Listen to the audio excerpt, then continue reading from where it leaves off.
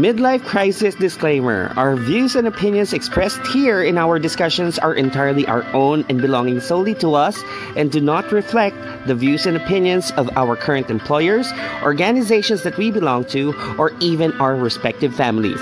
Thank you.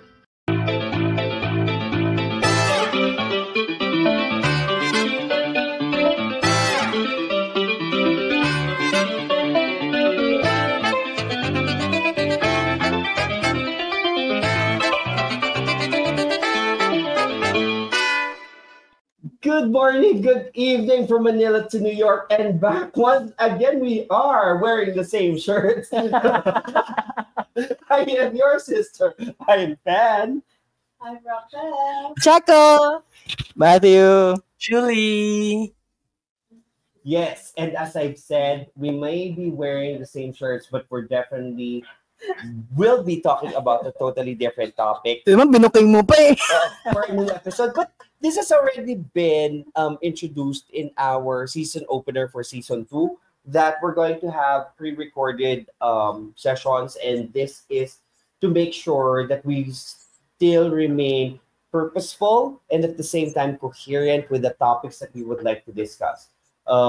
Any other live sessions will be covering things that we may have missed out to cover, or we would like to include anything more. Or if you, as our audience, our viewers, would like to have, if you have any questions that you would like to ask, and we can address it in our live sessions. And this is really to build this community and helping one another as we go through our midlife part together. So, we talked about from our previous episode the awareness and detection of people under the spectrum of autism, and it's really something. We went overboard with the time, with the questions, and of course overall with the realizations and eye-opening learnings that we've had. But right now, what we're going to talk about for tonight's episode, is it's really more focused on, now that we have identified, or at least we have been aware of what autism really is, and the how we can easily, or at least early on, detect what these signs and symptoms are.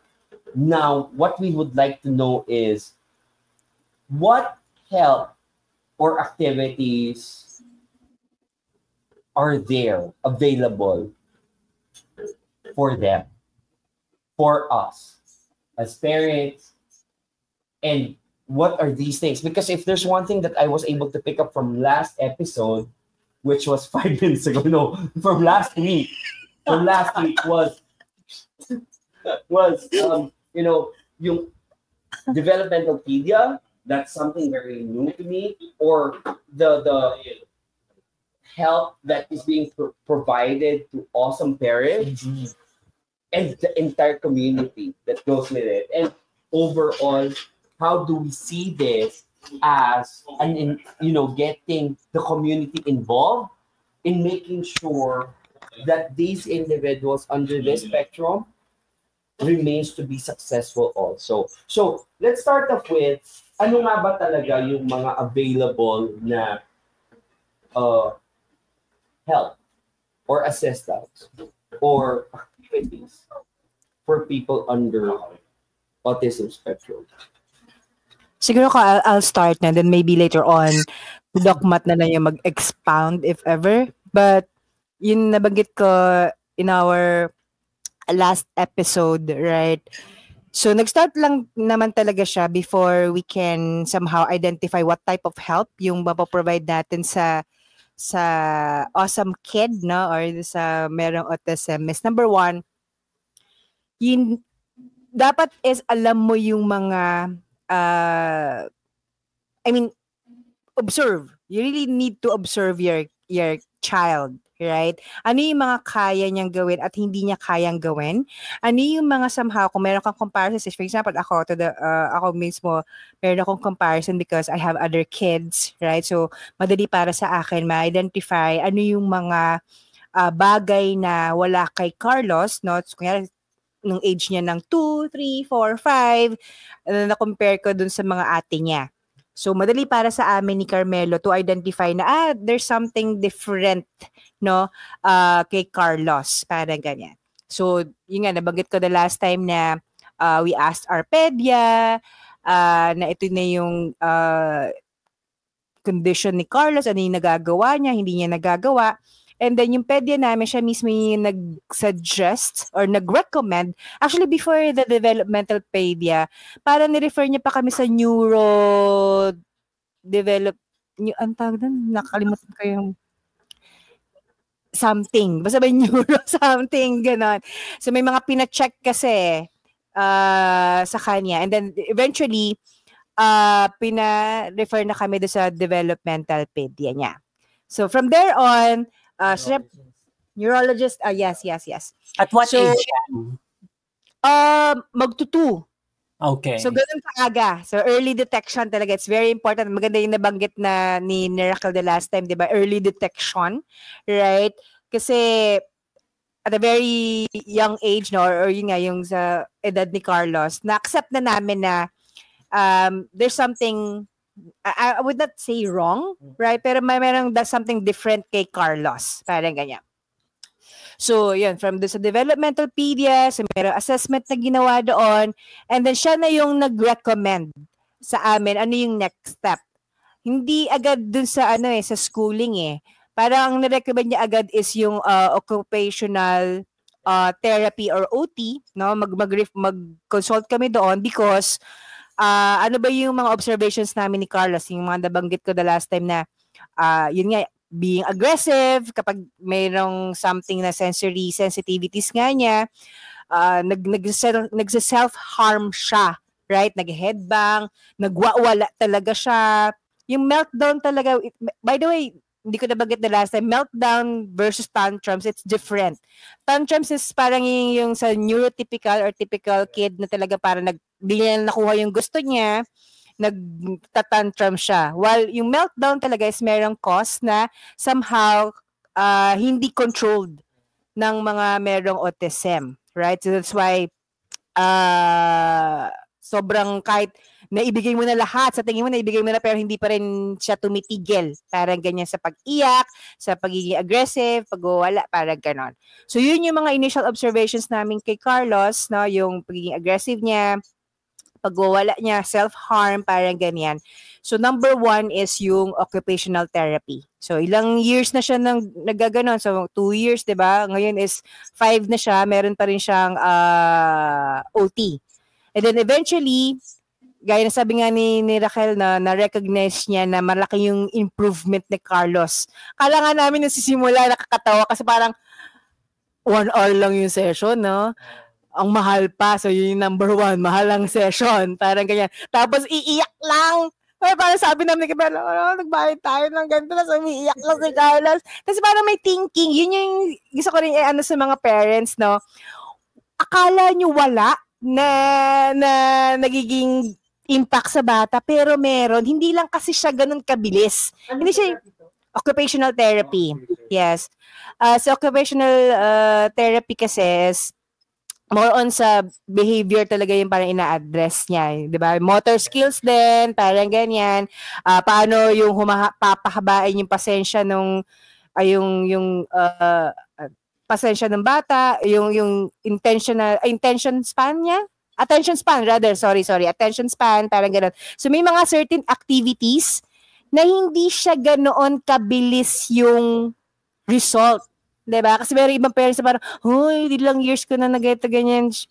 Ako sa amin, tama ba Carmelo? Ilang years din bago namin nakita yung improvement kay Carlos. Hindi lang siya days, hindi siya weeks. No? Marami talagang session yan. Ngayon nga, gaya ng sabi ko, until now, from dun sa magtutu siya, until now, nag-undergo pa rin siya ng occupational therapy dahil nga para i-address yung mga ganong behavior. And then eventually, nung nag-5 na siya, or 4 ata, nirecommend na rin ng developmental pedia niya na mag-undergo din siya ng speech therapy. Kasi nga, yun nga, hindi pa rin siya conversant, hindi pa rin siya nakakapagsalita consistently, pero alam niya nga yung numbers, kaya niyang anong color, pero hindi lang siya talaga conversational. Diba? Hindi mo siya matatanong na parang how's school, kumusta ka, anong masakit sa'yo, parang ganyan, pag iiyak siya, parang gano'n. So, hindi niya masabi yung gusto niyang gawin. More on sa hand leading siya. Pag gusto niya magpatimpla ng milk, kukunin ka niya, parang gano'n. Pero eventually, nag-improve naman din yan. And then, after which, speech therapy, so OT na, no? And then, speech therapy, parehas pa rin meron gano'n si Carlos. Nagdagdag na rin si development. Yearly kami, by the way, nagpapa-check up sa DevPed. So, based doon sa ano yung assessment niya or kaya nang gawin ni Carlos, doon siya nagdadagdag. Pwede niyang, session mo na lang sa OT from 2 to 3 times, pwedeng bawasan na lang. Parang ganyan kasi nakikita niya na yung improvement. So, ngayon, pinadagdag, hindi pa rin inalis yung OT, tsaka yung SP niya. Nagdagdag na siya na parang i-enroll na siya sa school. Ang sinadjust niya is, kung meron naman budget, special school talaga na private, which is, yun nga, blessed naman kami ni Carmelo na bigyan ng gano'n si Carlos kasi nga, para mas konti yung student. Kasi ganyan, ang naririnig ko kasi sa public, I'm not sure, Matt, kung ma-share mo, pero kasi sa public sped, naririnig ko parang more than 10 sila sa classroom. Ito kasi si Carlos, doon sa school niya, talagang ramdam namin na mahal si Carlos. 2 lang sila, 3. So, tutok talaga si Carlos. Yes, focus siya. So, yun yung mga help na provide namin kay Carlos based din sa recommendation ng developmental pedia niya. That's wonderful. Yung, Question. yes, go. Ano yung purpose ng OT? SP is speech pathology? Yes. Ano pang, yan, yung mga modalities, ano mga purposes niya?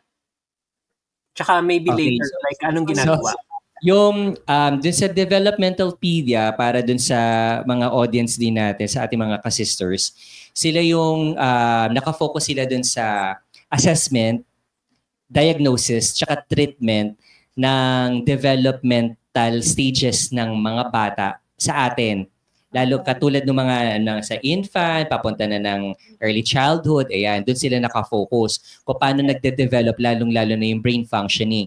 Tapos nabanggit din kanina ni Checo yung sa yung mga neurologist. Diba sila ang specialista naman, doktor na specialista sa brain function. Kaya pina-check yun kasi para makita rin ng DevPed kung okay ang brain components.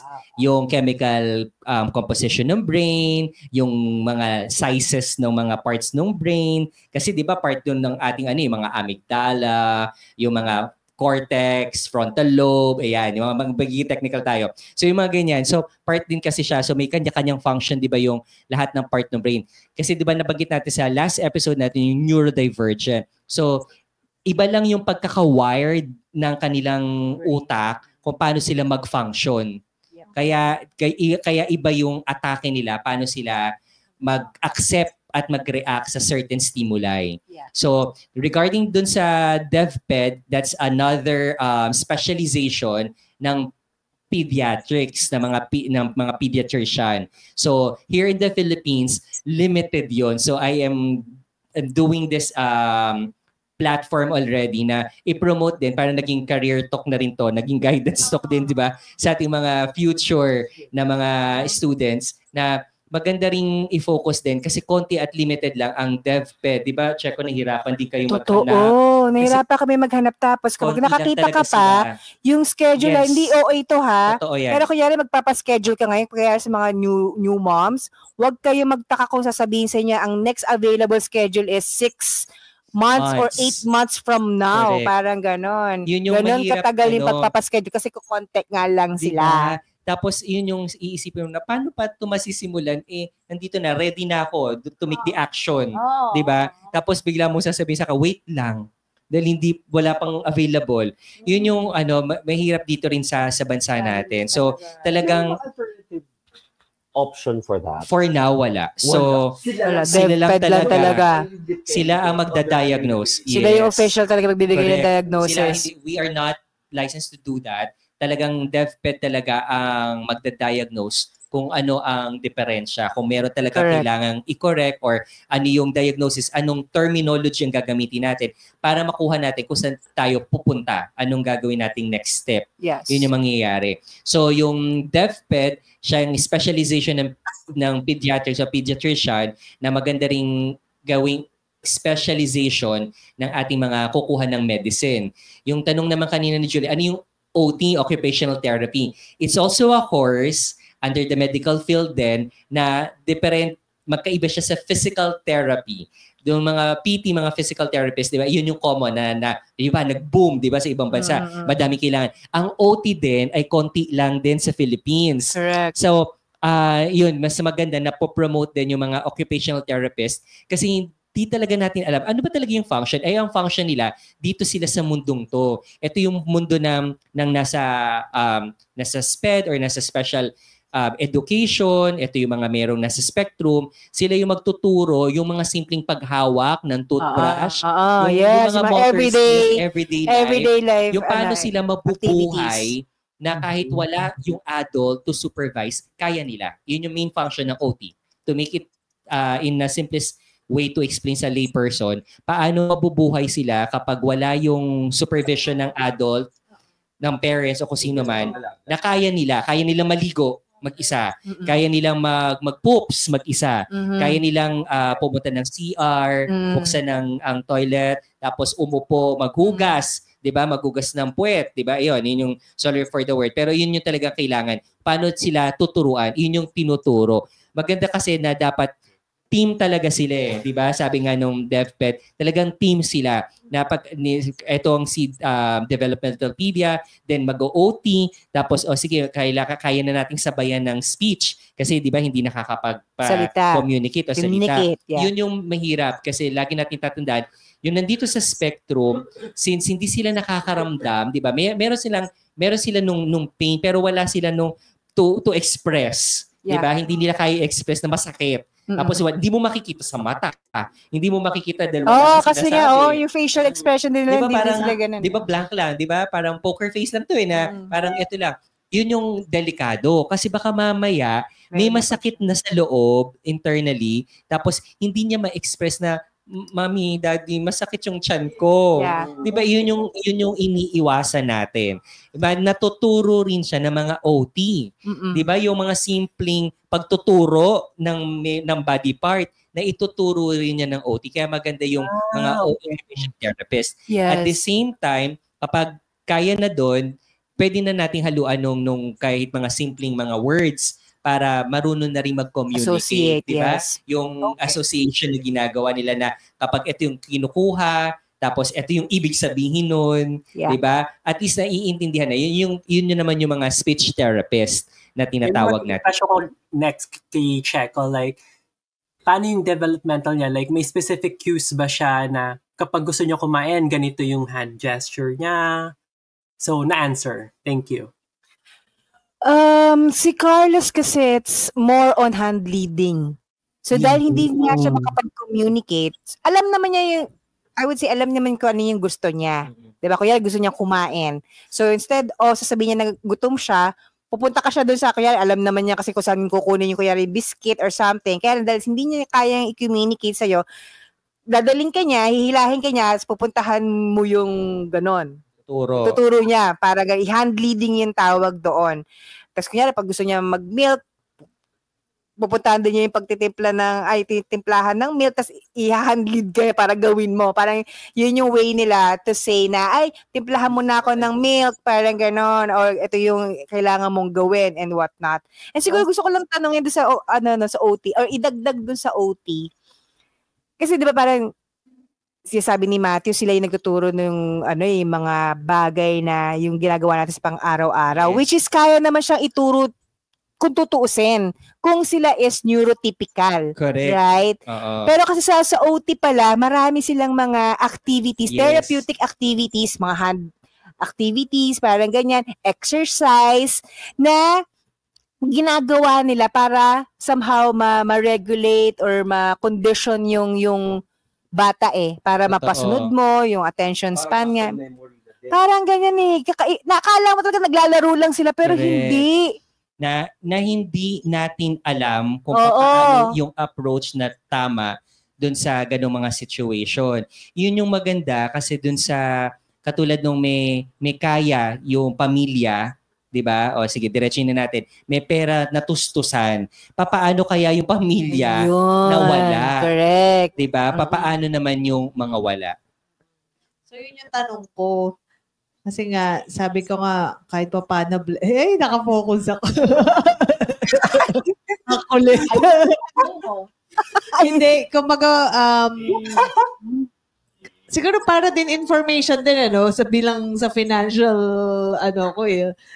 literate. Tatanungin ko lang, kasi sabi ko nga, di ba, blessed din si Carlos kasi kumbaga naalala ko yan kasi during pandemic nga ang hirap yung mag-schedule ng doctor.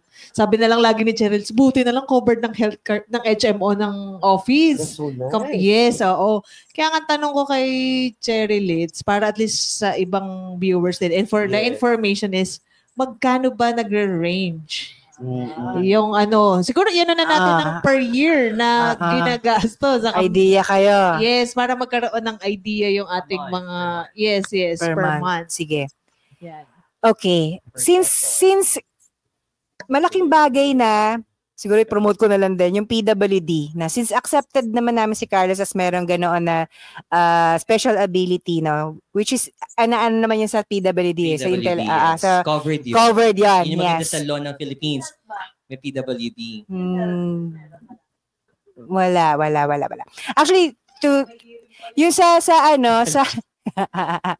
pero hindi, yung best yung sa HMO, covered siya one time lang sa developmentpedia. So, discount, one time lang siya. Pero yung succeeding niya, it's discounted na lang siya through PWD. Parang ganyan. Pero yung developmental pedia consultation right now, so meron siya, yearly yun, di ba? Dun sa pedia namin sa Medical City, yung rate niya is nasa 4,000. Per consultation. Discounted na yun. Discounted na yan, ha? So, magkano ba ang discount sa PWD? 20%? 20%. So, compute nyo na lang kung hindi siya discounted.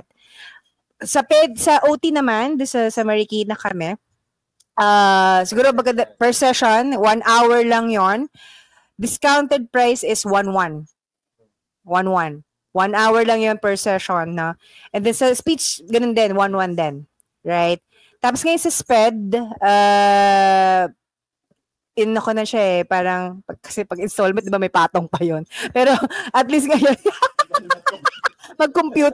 So ngayon is, tinry ko na lang siya na one time, big time, pero gumastos kami ng around 80 for that. Pero talagang sobrang makikita mo naman talaga yung alaga doon kay Carlos kasi nga 2-3 lang sila doon sa class. And maganda kasi ina-assess din nila kung pwede na ba siyang i-mingle as group na session, parang ganon. Hindi talaga yung katulad sa SPED kasi ata, 'di ba, sa public, para talaga i-group ka nila sa klase.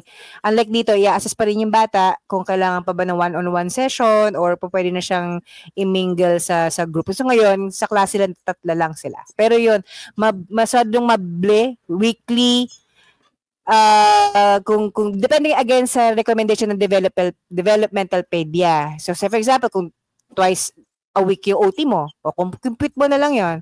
Tapos may meron ka pang speech, times 2. O tapos weekly yon. And hindi yun nagtatapos sa sa school year na 10 months within 10 months. Kasi pag sa school year, meron lang within 10 months lang 'di ba? Yun is continuous yun. No? Weekly yun. Mula ng 2 years old or magtutu si Carlos. So, Checo, you are speaking in the parang angle of someone who has been privileged to either to be covered by the HMO or someone that can afford. Pero have you also tried looking for, and are there, if you tried looking for any government or yung parang subsidized type of kumbaga, a cheaper, there's no other way to say it, but a cheaper way of or means of having these types of therapies. Kasi not everyone can afford it. Like for example, yun na nga. So like for example, I have full awareness. I was able to detect it. But do I have the capacity to support my kid for this? Medyo tricky yan, no? Pero kasi syempre, di ba, parang kami as parents, lagi naman sinasabi, we want the best for our kids, no? And syempre, meron yun nga, naging intentional kami sa pag-research din, parang ganyan. So, say for example, before kami makahanap ng SPED school ni Carlos now, nag-try din kami sa iba. So, nakita namin yung difference. Same goes with sa mga speech therapy or therapy centers, right? Depende kasi dun sa facility, titignan mo rin kasi yun eh. Parang ganyan. So parang nagpunta kami sa isang facility talagang totally, I don't know, pero meron ka talagang nalungkot ako. Nilipat namin si Carlo. Parang nakulangan ako. Parang hindi ako convinced na safe dito si Carlo somehow. Parang ganyan. So good thing naman sa awa naman ng Diyos. No, yung lahat ng nakukuha namin na facility ni Carlos, is talaga nakikita namin yung improvement ni Carlos. Sobra, ang laki ng... So, for example, ngayon lang yung dati, pag nagta-travel kami, lagi kami dadalawang isip ni Carlos, kasama ba natin si Carlos? Kasi ang hirap niya talaga yung isama. Ngayon Hindi. Yung span niya kapag sa travel, behave siya. Basta sabihin mo na siya na, wait lang tayo, Carlos, parang ganyan. Before talagang magwawala talaga sa sakyan niya, talagang medyo magiging nagpapanik na kami na, hihinto na lang kami. Paano na potty train? Ay, hindi pa siya potty trained. Yun lang, nagda-diaper pa rin si Carlos ngayon. Pero yun yung magiging part doon ng curriculum nila sa SPED din. Yun yung maganda kasi di ba, part din yun ng mahalaga talaga di ba? Yung gagawin ng isang tao. Di ba? Yung tanong kanina ni Mama Pen regarding kunyari, paano yung can't afford, di ba? Sa government, meron naman, kaya lang hindi lahat ng government hospitals ay may available na ganun. So, sad to say, meron, kung yung tanong kung meron, yes, meron. Pero hindi lahat available.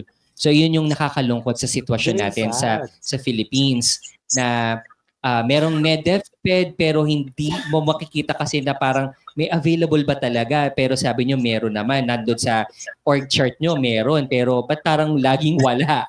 Diba? Tapos, laging wala talaga. Tapos, kung yung mga therapy naman, yun yung hindi pa masyadong nagagawa ng magandang batas at magandang program ng isang public hospital na magkaroon ng ganito mga therapist sa loob ng public hospital. Kasi katulad sa amin, sa side namin, may psychiatrist sa public hospital.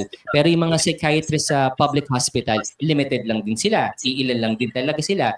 Tapos, walang masyadong psychologist din.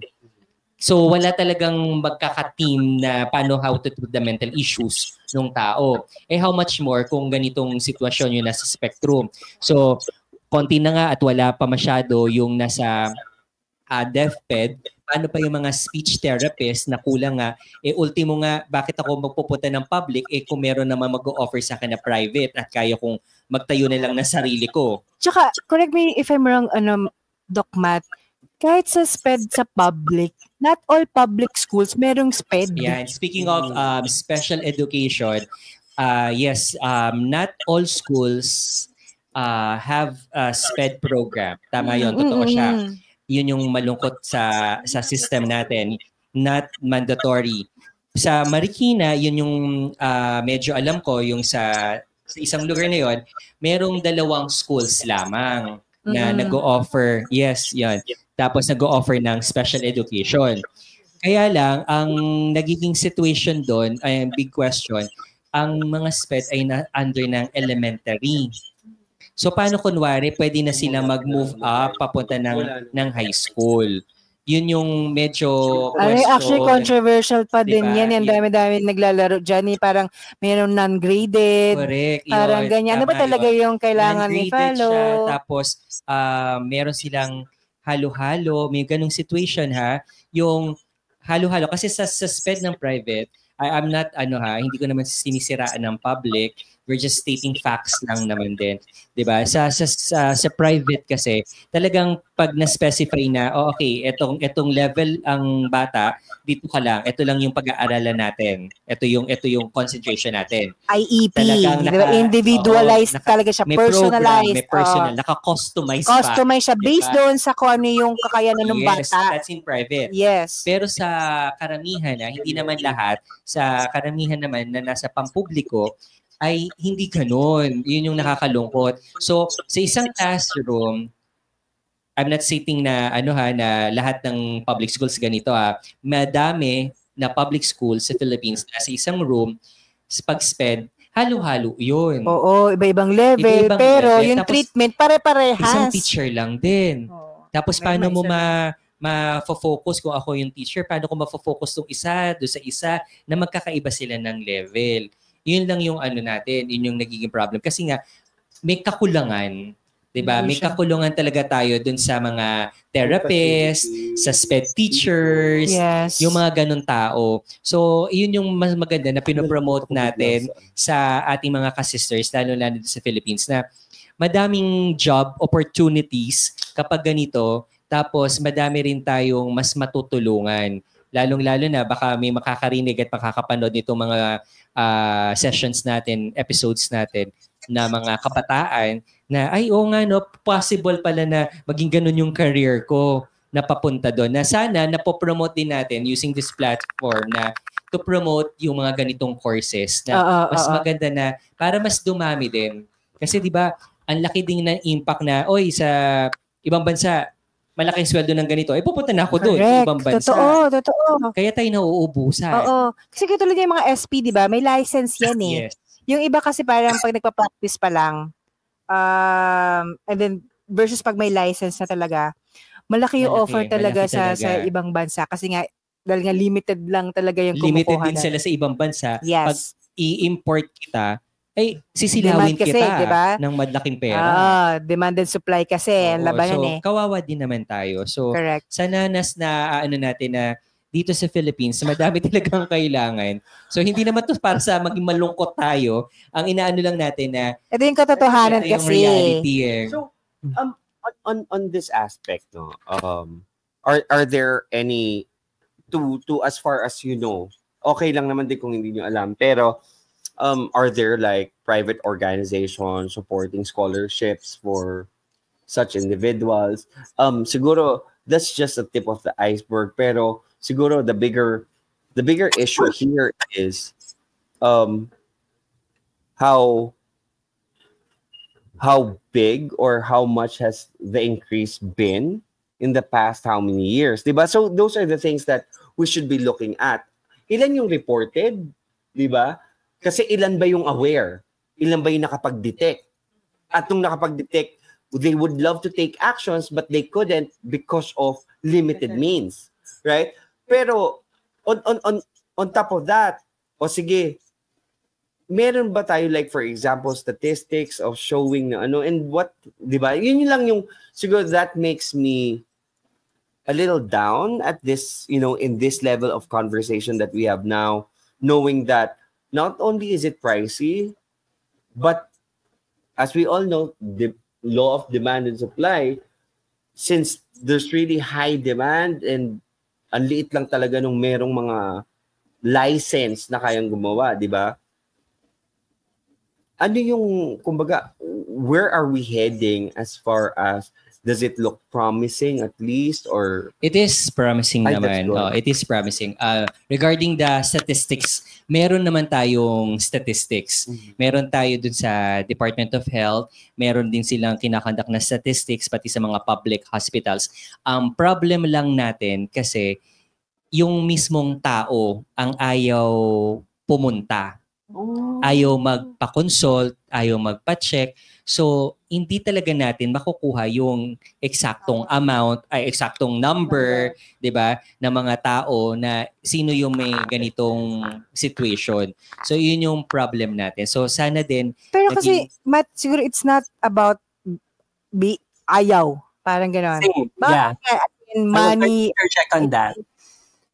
Na I don't think hindi lang yung tao. It's the accessibility, the knowledge. Yes. Meron palang and before Capacity. I mag-continue, I just want to interject. I was na-curious ako dun sa tinanong ni Stephen, like, meron bang mga programs and what.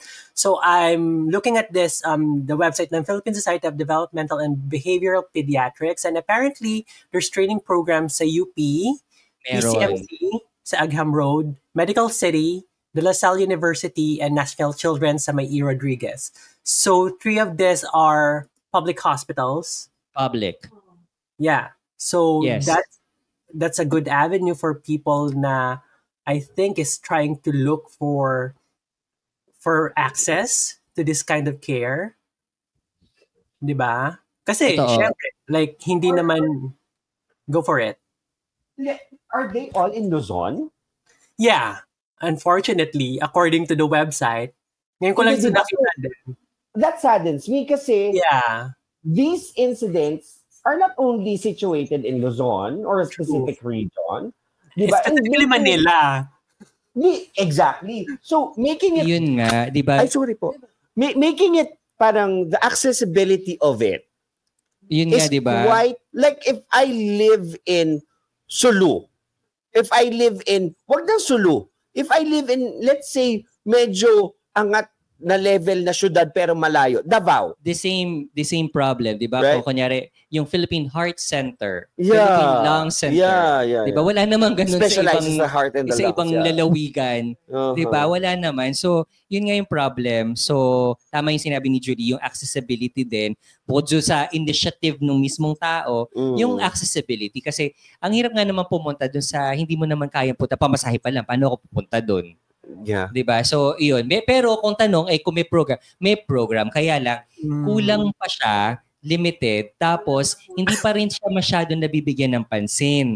Kasi 'di ba, ang dami-dami nating so not political naman, 'di ba? Ang dami naman mga plataforma na pero walang nagfo-focus sa ganitong aspect Yes. na part din kasi ng society. Baka pwede malaman to ni Willie, not politically inclined, Exactly. since wala pa siyang batas na ginagawa. Wala pang platform. At iniisip. So, di ba yung katulad ng sinasabi na lately lang, di ba, in the Philippines, lately lang nagkaroon tayo ng senior citizens. Di ba yung mga batas sa senior citizens? Lately lang naman to, nung panahon ba natin, meron ng mga ganito? Di ba, wala pa naman, di ba, masyado na magkaroon ng senior citizen na discount, na libre ang paggamot, ang gamot. So, etong side etong sector na to ng mga ng spectrum, ito yung wala pa talaga tayo masyadong focus.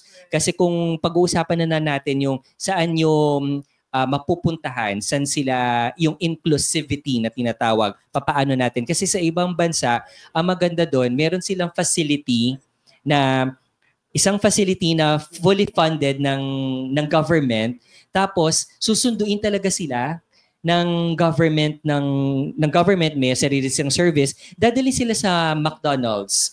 Sila yung tagalinis doon, tagapunas ng lamesa. Dadali sila sa Starbucks. Ang trabaho nila, kumuha lang ng basura. Sila yung maglilinis, magtatapon ng basura. At least may trabaho, may function. Yeah. Yun yung wala sa atin. Masyado. That's a very good thing. No? And I guess we were able to cover what are really the available help. No, we were able to identify that, and I think there's so much more.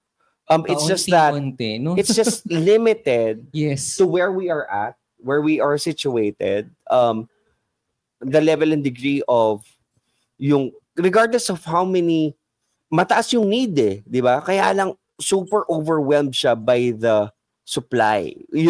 Konti lang talaga. But now that we have identified, because our topic for our episode for today would be the available help and the acceptance and inclusivity. I guess andun tayo sa part wherein now that we have fully understood that we have very limited means, very limited accessibility to the facilities and to the help that are available in our community, it's that level of acceptance and inclusivity that will really help yung ganitong mga ano. Kasi, like for example, we want to talk about Oh, ito yung mga available help, but they're all situated in Metro Manila or in Manila. It's like saying only the people who live in Manila are privileged or at least have that immediate privilege to be taken care of. Okay, fine. Sige. Yung mga may pera naman, afford nila na magbayad eh. Right? Pero yung doon sa mga walang masyadong or limited yung means, hintay na lang po kayo hanggang magkaroon sa area nyo. Okay? But these are the things that we were able to identify that are critical or very important in the development of a person under the spectrum of autism. Speech, occupational PD, developmental pedia, kasi yun yung pinakabago sa terminology ko. So, those are the things, and yet, we lack it.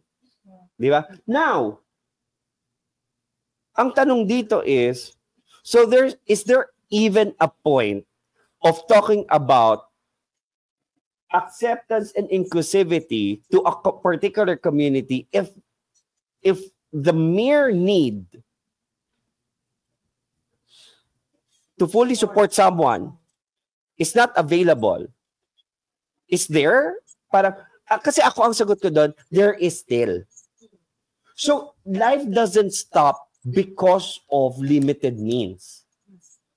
There's this still, if there's this certain level of care, understanding, and ultimate, parang siguro kasi it's not just, it doesn't end there. Yung hunger to help, there is. I am not a psychologist. I am not a first-hand person taking care of someone who is under the spectrum of autism. But I think having this discussion from the previous week's episode of having that level of awareness, of knowledge, and then eventually detecting, and now that we're talking about the available help, or at least the ones that they really need, but cannot be provided to everyone because of their limited means, I think we can still proceed with our next topic, and that is about acceptance and inclusivity. If everyone will have that decency, respect, and care for people under the spectrum, it can still go a long way. It may not be as developmental as we are hoping it would be, that they would be functional the way we envision them to be. Kasi basically, we are doing all this so that alam naman natin that this is not a disease. We've already identified that from last week's episode. That this is not something that we need to cure or to fix. But we're doing this so that we know that they can still survive and thrive in this community that we built according to our own level of normalcy. Or else, it will be very difficult for them.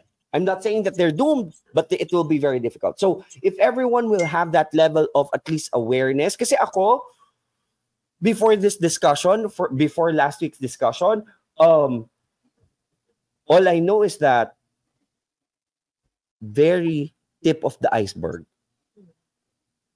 If not very tip of the tip, yung mga tipong tinatangay ng hangin levels. But now, I have this level and degree of not only empathy, but willingness to, I want to understand, how can we help further? And I don't need to be a psychologist, a psychiatrist, a developmental pediatrician.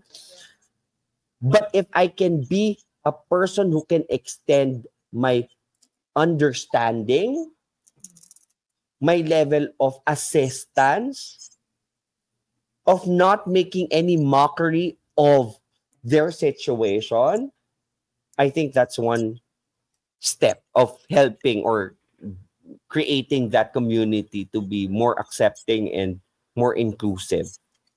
Pero that's me. I siguro the only reason why I want to say that is because Ay, nalungkot ako doon sa level ng support na meron. And people might find this funny, but I just met someone and ang sabi niya sa akin, I don't want to sound political, pero ang sabi niya sa akin, and he was saying this, he, kasi, again, this is all for education purposes, but we were flirting with one another. Tapos he jokingly said, ang Pilipinas ay unfair sa mga pangit at mahirap. Yun ang sabi niya. Natawa ako nung una, tas nalungkot ako eventually dun sa joke. Kasi ang hirap nang maging mahirap, ang hirap lalo mapunta sa isang kondisyon na kung saan normal ka naman talaga, pero you're considered something different because you are different. So, was it like in a form of mockery ba nung sinabi ng tao yun? Or just an assessment na may sinundan niya ng thesis why niya nasabi yun?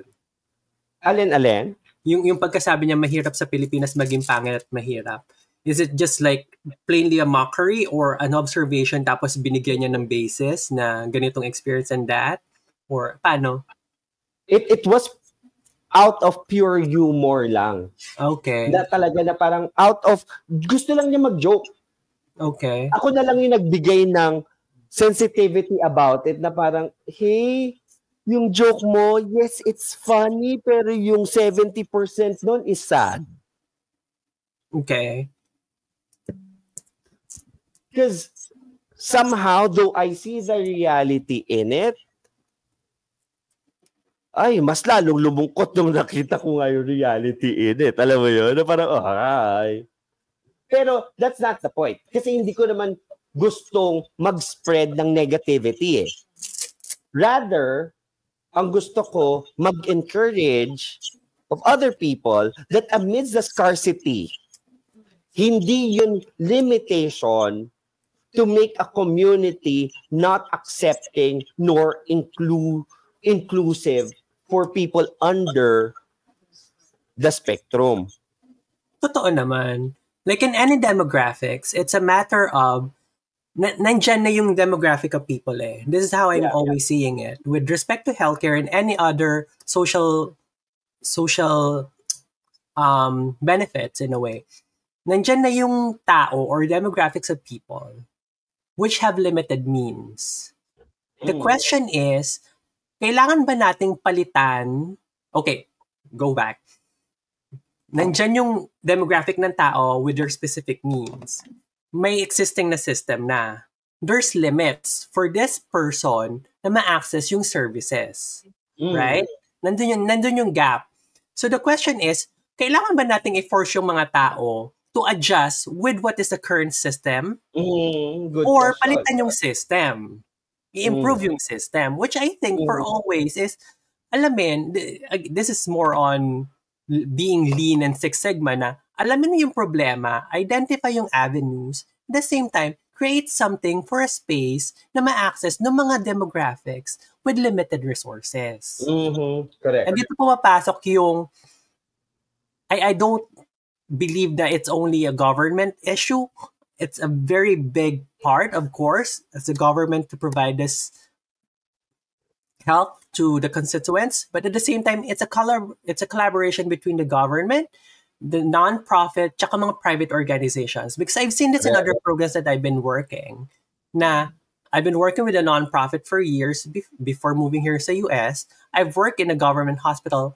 And then nakita ko yung collaboration namin na kapag pupunta kami with the country, this is not limited to autism and spectrum. It's with respect to healthcare. Na-identify namin yung gap with the medical care. Pumapasok kami as a non-profit at sinasabi namin na, okay, anong kailangan nyo? So you're with the Ministry of Health, you're with the government system. We ask, anong kailangan nyo? And then we have our own assessment na, ito yung nakikita naman namin na parang kulang sa inyo.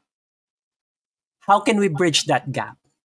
Mm. Does it make sense? Tapos kapag minsan naalis na kami sa project, hindi naman namin iniiwan yung Ministry of Health na system na, kayo na, o sige, ayan na, natulungan na namin kayo, alis na kami. We look for other partners na mga private organization which can continue the gap. Sustainability, yeah. Diba? Which I think that's what is missing. Number one, walang masyadong information sa atin. And then, minsan naman, may information na, pero hindi naman accessible. So, paano natin i-bridge yung gap na yon? Which is, again, a bigger picture for us to tackle. Kasi it's very immobilizing in a way. Kasi, Correct. it's a huge cog in the system na kailangang paggalawin. Paggalawin na baso, paggalawin ng initiative, di ba? Actually, kasi marami talaga yan. Not just the government. And I think yung help na napag-uusapan natin, it's more on doon sa mas structured na type of help. But I think marami pang help na kailangan natin tignan. So, for example, kanina, gusto ko ng dugtungan yun, baka kasi ma-miss out natin, no? So, within the family din, di ba? Yeah. Kasi not just dun sa person na merong autism or ASD or autism spectrum, yung kailangan ng help eh. Kailangan din ng help nung family mismo. For example, kami as parents, right? Yung kapatid mismo, di ba? Kasi sila din mismo dapat meron din silang parang some sort of program na kailangan nilang atinan. Diba? Kasi kuya kami dalawa ni Carmelo, somehow we're somehow matured, no? Meron kaming kumbaga parang means to somehow meron kami level of understanding, parang ganyan. Pero how about yung mga kids namin na bata pa? 'Di ba? Mga minor de edad, to the likes of my kids na 16-year-old, isa 11 years old. Paano mo ipapaintindi sa kanila na ganito yung condition ng kapatid nila? Bakit iba? 'Di ba? Kasi definitely meron din silang comparison. Pero wala pa sila dun sa ganong level of understanding or maturity to fully understand na bakit ganito yung kapatid nila. Right. So Kasi dapat hindi sila parent nun di ba? Correct. Na parang pakiramdam nila sometimes, sandali, this is the responsibility of my parents. Yes, so bakit kailangan ko intindihin do I have sila? to share that level of responsibility? Yeah, that's a good So point. it's very gusto ko lang ma-share na parang very good yung yun nga sa school nung anak ko, si Carlos. Pero meron kasi silang parang connection, parang ganyan. So, nag-encourage sila. Free nga, buti nga free eh. May free sessions or very minimal lang yung fee. Pero ang laking bagay nung when I ask my kids, pinatid ko sila sa seminar na parang sa siblings, how to help yung siblings in managing yung meron silang kapatid na nasa autism spectrum. Yes. Sabi nung mga anak ko, na-enjoy nila yung activity doon. Kasi it's more on sa mental health awareness or paano nila i-address yung mga situations and whatnot. So I think yun din yung mga help dapat na available din. No? Again, hindi lang sa person na merong autism spectrum but again doon sa nakapalibot din sa kanila. Sa bata. Diba? Sa batas. Din, sa pamilya, kamag-anak, kaibigan, kapitbahay, marami pa tayo. Totoo naman. Yung sinabi rin ni Julie, yung gap, yung perfect example doon. Madaming gap talaga, lalo na sa atin. So, hindi naman tayo lawmakers para magpaano. So, we're just informing yung mga sisters natin, ano ba yung mga napansin natin. Tama yung sinabi ni Julie, yung mga gaps ng mga problems.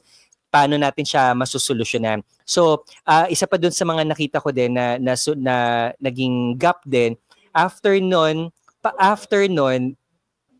kung tatanungin ka, are we ready for inclusion? Ang tingin ko, we're not. Diba? Hindi talaga.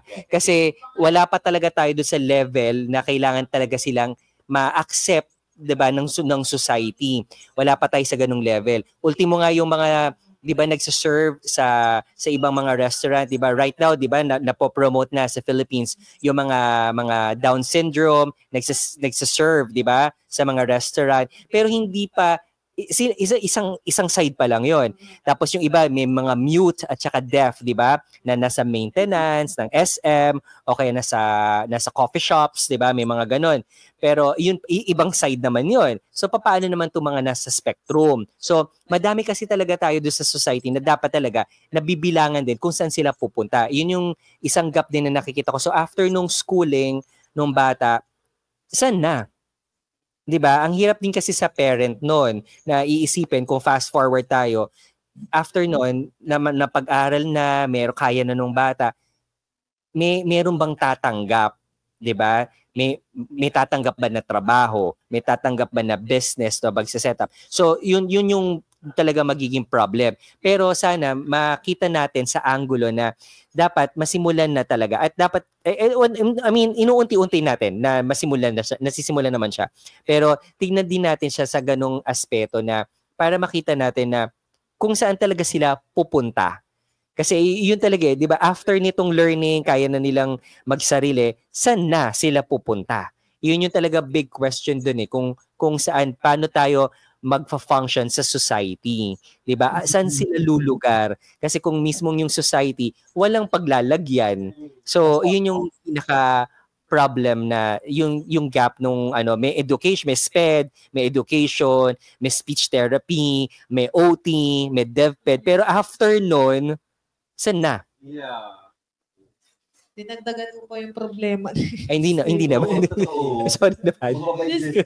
Pero it's good that we're starting to tackle as early as now na sa family na una with the basic experience by Checo. True. And thank you for yun. treating us in that way. Diba? Kasi I hope that this would trickle in a way na tayo natututo and we could be also allies and advocates. True, yan. Siguro sa pinakasimpleng ako siguro yung itong napaka-limited na andun pa lang pala ako sa level ng awareness. Ayun, parang although best friend ko pa si Cherry Lids, pero parang recently na lang talaga namin into detail na pag-usapan. Kasi kala ko donation. Kasi kala ko napakasimple. Kala ko napakasimple lang yung napakasimpleng Uy, sinig kayo. Parang napakasimpleng lang yung information. Tapos yung pala, napakadami pwedeng gawain. Oo, dami tayong gagawin. Pero siguro yung sa mga ka-sisters nga natin din, no, na makakapanood, na pumunta tayo doon. At na rin, kumbaga yung sa i-maximize din natin yung use ng technology. Yeah. I think kahit pa paano, nagiging aware ako, meron yung like si Candy Pangilinan, na meron siyang rin, nasa spectrum na anak, na napapanood. So, at least, na-aware yung society about dun sa mga ganong, na merong mga ganong conditions na mga kids. And parang ang ganda nung para bang nagiging, kumbaga na-develop, I think na-evolve na rin naman ang society, pero super layo pa. Correct. Yeah, Late pala. super layo pa. Pero siguro after ng awareness, sabi ko kay Stephen, yung acceptance, I think madali lang yun eh. Pero yung kasunod pa ulit na action, yun nga yung may kailangan ka ng, yun ay mahirap. Kasi yun lang na research ni Julie na parang holistic dapat na approach. May katulad na nabanggit kanina ni Matthew, pwede na rin tong para ang tawag rito yung sa mga estudyante na tawag doon yung sa career advocacy campaign. Ayun, na meron na sila, ito pala, kumbaga parang it's a win-win situation na bakit ka lagi ito yung kukunin mong profession, limited to. Ito, marami pala rito. Yan. Tsaka yung one-stop shop na kapag may kailangan yung this is just how I'm seeing kasi yung gaps nga na nakikita natin. Na-identify na nung family, nung parents na parang may nahuhuli yung anak ko. Saan ako pupunta? So yun yung number one, di ba? Yeah. Nakita na nila, pwede ako pumunta dito. So na-reach na yung gap na, okay, may na-meet akong developmental pediatric. Available help dito. Yeah. After noon, maghahanap pa ng speech path, maghanap ng OT, tapos ng all the support na kailangan, just to have that space na pagpunta nyo doon, and this is a question to Pekong. Lahat. Correct. Yeah, nandun na lahat. Meron bang ganun sila Pekong napuntahan noon, or kayo pa yung naghanap mismo? Diba? Parang ko, Manuel, kaya na story. Malay ko sa studio. Again is wala siyang ganung one-stop shop talaga. As in talagang rin talaga kami, nag-research din talaga kami, nagtanong-tanong, right? nagpa-member kami doon sa mga different chat groups, Correct. 'di ba? Yung mga different groups nga na meron na rin mga naunang experience. Doon lang din kami kumukuha ng idea, ng suggestion or information. And then, syempre, again, kasi iba-iba tayong lugar, titignan namin dito kung saan ba yung best na mas malapit sa amin Totoo. based sa convenience and whatnot. Pero ako siguro, ako ang pinaka-general realization ko, it's good and very thankful for this platform, no? Pero more than doon sa mga ganyang help na OT, SP, speech, developmentalpedia, pera, and ganyan. Siguro ako in general, more than that, is yung understanding nung pinagdadaanan mismo nung bukod doon sa may autism, but doon sa person na Family. as a family. Parang ako, for me, yung support group talaga na parang siguro general naman yun, not because meron akong autism or autistic son, no? Pero para in general, sana is huwag ka rin dumagdag sa stress ko, yung level of stress na meron kami. So be kind, be very careful, be very mindful na parang ang pinaka-naiinis ako yung magiging i-judge ka na parang, ay bakit ganyan yung anak nito? Parang ganyan na the way he behaves, the way na yung mga actions niya and whatnot.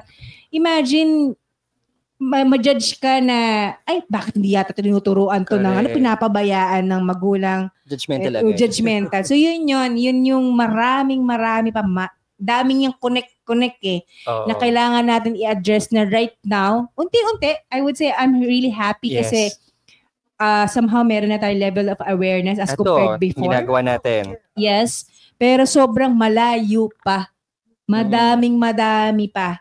No, especially to the likes of mga walang means talaga, capacity to, marami ako natasarihan na group na talagang, paano na to, ni mismong pangkain na sa pang-araw-araw, problema na nila. Unahin ko kumain. Unahin pa ba nila, paano pa nila ma-address yung mapatherapy yung anak nila? Gusto nila, pero wala silang capacity na, or accessibility, or access, no? Para mapatulungan yung masupport yung anak nila. Right? Kasi marami silang mga basic needs dapat unahin. Na unahin nila. Bahay, pagkain, di ba? Damit, gamot, etc. So, paano na yon? So, siguro ako, panawagan ko lang din, again, understanding, huwag ka na magdagdag na stress doon sa family. Sana is, I'm really hoping, no, sana magkaroon talaga ng program. Tama. No? Especially our government.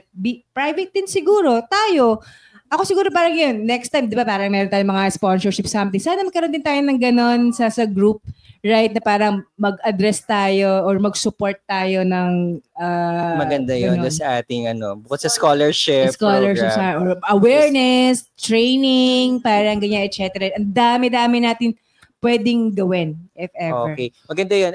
Yes, I'll be summing up everything that did. Bago may sum up. One go. Lang. 2 points actually. So first point ko lang, kasi baka mamaya isasama ko, tapos meron akong point sige. Bago mo i-sum up. First is, I would like to appreciate everyone. Dun sa mga, kasi ang dami ko talaga natutunan. Medyo roller coaster din yung emotion ko, no? Siguro, if there's one thing that's the biggest realization here is, we were able to complete that first step, and that is awareness. Awareness of understanding what it is, that it's not a disease, that this is something that is normal, maybe not our own normal, but it is their own normal. We are already aware of what are the available help. We are already aware that there is lack of that available help. No? Siguro, dito papasok ngayon yung, so awareness is there. Yung siguro acceptance is there also. But involvement and inclusivity is not there yet. Involvement and inclusivity is very far-fetched from how we want it, from what we know. Kasi eto na yung level of awareness, we know what it is, we know what are the available help, we know what are the needed help.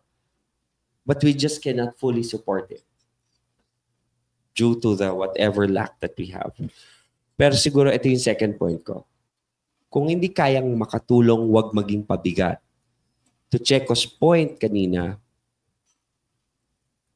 alam nyo na ganito kahirap yung pwedeng pagdaanan ng isang tao at ng kanyang support group na pamilya, wag na nating dumagdag pa doon sa pinoproblema nila by creating mockery or anong tawag dito, panggugulo pa doon sa development ng isang tao. But that's basically it. Awareness is there.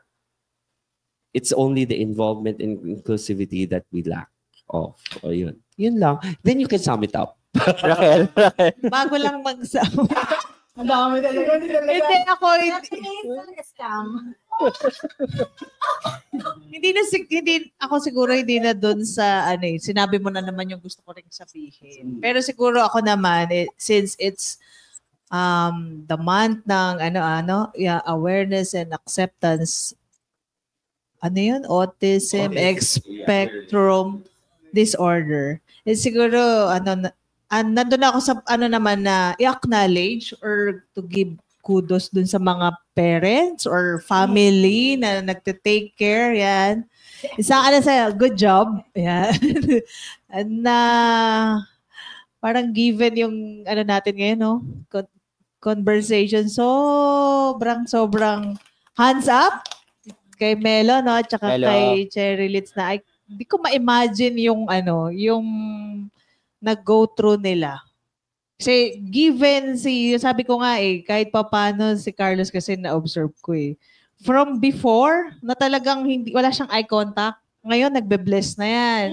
Pag sinabihan mo siya, uy, pogi naman, yung aware siya na sinasabihan siya kasi yung mata niya gumaga, tapos parang nahihiya siya. So kumbaga, kumbaga parang sa lahat din, siguro bukod kay Checo and Melo, sa lahat din ng mga parents na nag-go through or nandito sa situation na actually, mas hindi ko nga nung narinig kong lahat, yung more than dun sa struggle, parang mas, kasi inumpisahan ni Matthew ng yung opening niya na no? Special ability. No, okay. Na hindi siya disability. Nasisi mo pa ako. Hindi. Positive to. Kayo naman, no? Ganun ba? Yung sinabi, oo nga, last na. Yung sinabi niya na hindi siya disability, it's a special ability. So doon naman sa side sa mga nagte-take care ng mga parents or family, parang somehow yung selos na nabibigyan natin ng attention or ng attention yung ating kapamilya na day by day is may kailangan tayong may kailangan tayong ma-discover sa kanya. Doon sa mga ka-family natin or sa mga kilala natin na merong kasi ko yung kanina kay Checo, sinabi niya na parang ito yung ganito, na nakakatuwa kasi may mga batang lumaki, siguro tumanda na, hindi sila fully nakilala ng parents nila, no? Parang kailangan mo pa pala somehow maging meron kang special ability para kumbaga kung ikaw na parents nga is parang kaya talagang awesome parents sila. So with that, yun nga. Ano tayo? Tatlong palakpak ako sisigaw tayo awesome. Okay, sige. 1, 2, 3. Awesome! Yes. Si Julie. Ano ganun ako? Yeah, you already said it. Like, I'm very thankful for the information na open yung pananaw ko with that. And hopefully, na-curious lang ako. Kaya I'm digging deeper sa internet for more information about that. So thank you. I appreciate the information and the knowledge sharing. Ayun. So, ang natin, lagi nating tatandaan din na bukod doon sa concern natin doon sa merong spectrum, concern din natin yung family members, yung lalo-lalo na yung support group no mismong tao na nasa spectrum. So, wag natin kakalimutan. Naalala ko bigla na merong mga ganon, mga support groups. So, just look for support groups. Merong rin available, pero hindi rin talaga siya alam ng lahat. So, maganda rin platform to para ma-introduce na may ganun. Merong mga summer camps. Yan, merong mga ganun. Meron kaming ina-attend na mga summer camps na para to meet other families na merong ganitong situation, tapos nakakahalubilo din yung mga bata. Yun yung maganda kasi doon. Kasi socialization talaga ay kailangan. 'Di ba? Wala nga silang sense of communication to express their thoughts and feelings well. Pero kapag naso-socialize, na gagawa natin ng kaunting paraan. So, lagi rin natin tatandaan na meron ding available, pero talagang kailangan rin natin talagang hanapin. Pero merong available. Yun yung tanong. Kung may available ba? Meron naman. So, lagi nating iisipin na meron rin mga tao na handa ring tumulong at makinig. So, wag nating papabayaan yung mental health din ng mga mommy tsaka mga daddy, sino yung guardian nung bata o sino nasa spectrum. Kasi importante din talaga lahat ng support system ng tao na nasa spectrum ay sound mental health. Na meron talaga sila talaga na matibay na pinagmumulan ng mental health para mas lalo pang mahapahaba ang pasensya, mas lalong lumawak din ang pangunawa, at sila rin yung magiging advocate to explain to other people kung ano talaga yung meron sa situation. And always remember yung lahat tayo magkakaiba, di ba? We are born uniquely. Nagkataon na may ganitong mga bata, may ganyang situation. Unique din yon. All traits, those traits din are all human traits pa din. So, lahat tayo ay kasama dun sa isang society. So, with that ends our episode for tonight. So, sana meron kayong nakuha. So, do not forget to like and subscribe and follow us Midlife Crisis sa Facebook, sa Spotify, at sa YouTube channel namin. Good night! Thank you! Thank you, George! Thanks, George! Antok na si George. Bye-bye! Bye-bye! Pati yung mga live viewers. Antok na. Good night! Natin sa ginawa natin.